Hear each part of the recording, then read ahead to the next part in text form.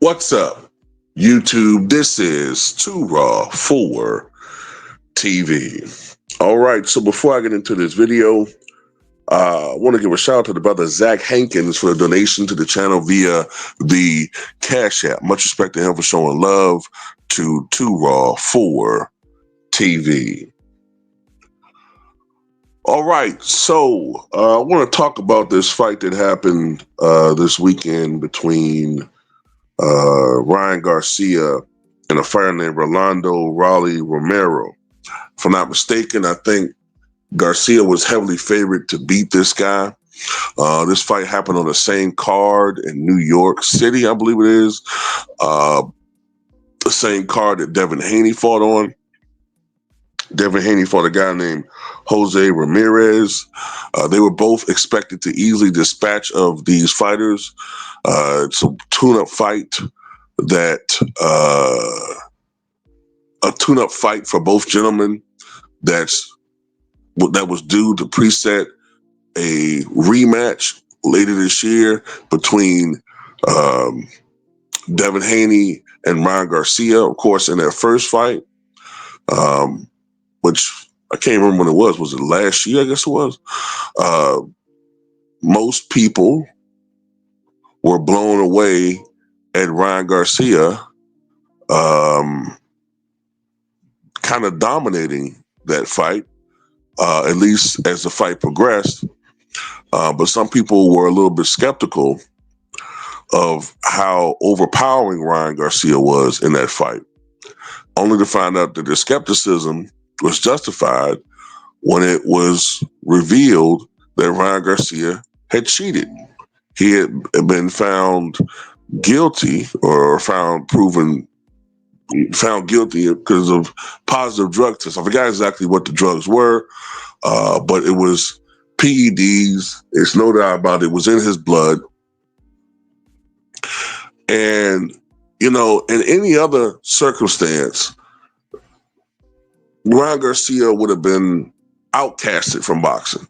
He would have been called a steroid cheat, and people would have been wanting him, wanting him out of the sport as a cheater. For some reason, and I know what the reason is, but let's act stupid here.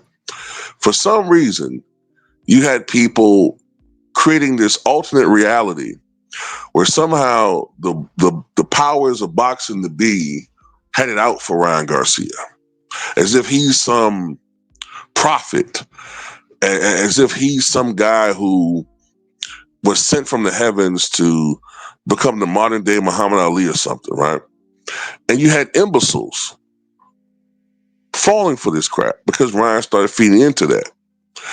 You had imbeciles falling for it, and you had people who were content creators and are content creators who know better, but because they can see the writing on the wall as far as who's the majority in this country and who's the minority, they pander to the majority at the expense of their, or basically at the expense of their integrity. As long as they get money, they're going to do it. So it was a sad state of affairs.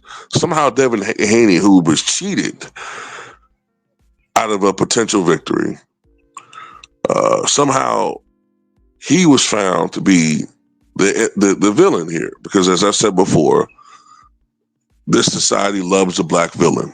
We saw it with Jonathan Majors. He runs from his girlfriend, who happens to be white, and somehow he's turned into the black villain.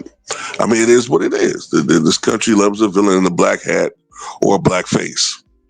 But anyway, getting back to this fight situation, Devin Haney was able to beat Jose Ramirez, albeit it wasn't one of his best performances, but he won. Ryan Garcia lost to this guy. As a matter of fact, he lost by unanimous decision and was actually knocked down in the second round by Ramirez. It was a horrible performance. And You had people still making excuses for Ryan after this, talking about, well, he's been out for a long time and he's dealing with mental health issues. I'm so tired of that shit being used as an excuse for people.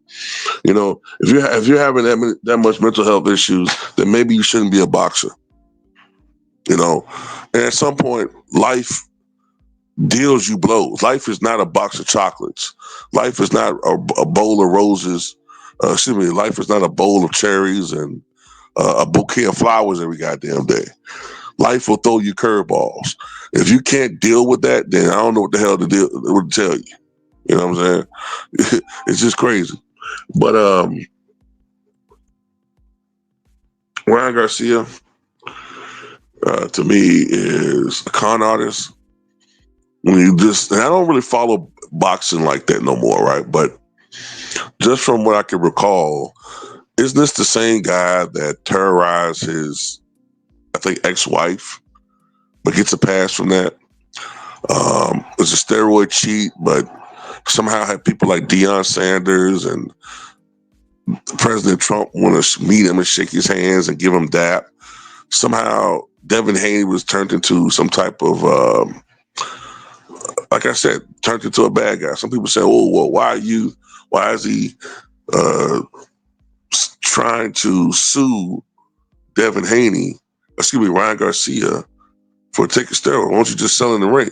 Well, maybe because, motherfucker, boxing is a combat sport, and you're already risking your life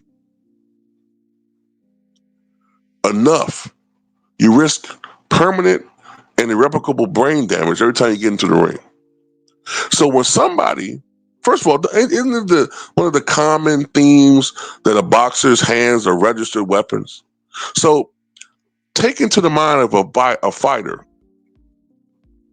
who then, unbeknownst to others, covertly takes a substance that he knows is going to enhance his danger, how dangerous he is in the ring, unbeknownst to his opponent.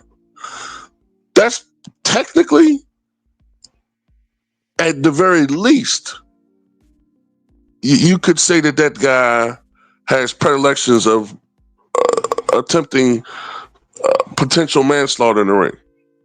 That's how serious that is. But you got these nitwits out here who somehow don't want to see that.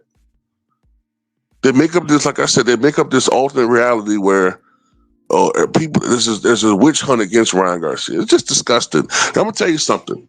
Social media has become the absolute worst because you have content creators who are catering to the cesspool of society. They're catering to them, and they're putting a lot of misinformation and disinformation out of all just because they're chasing the dollar.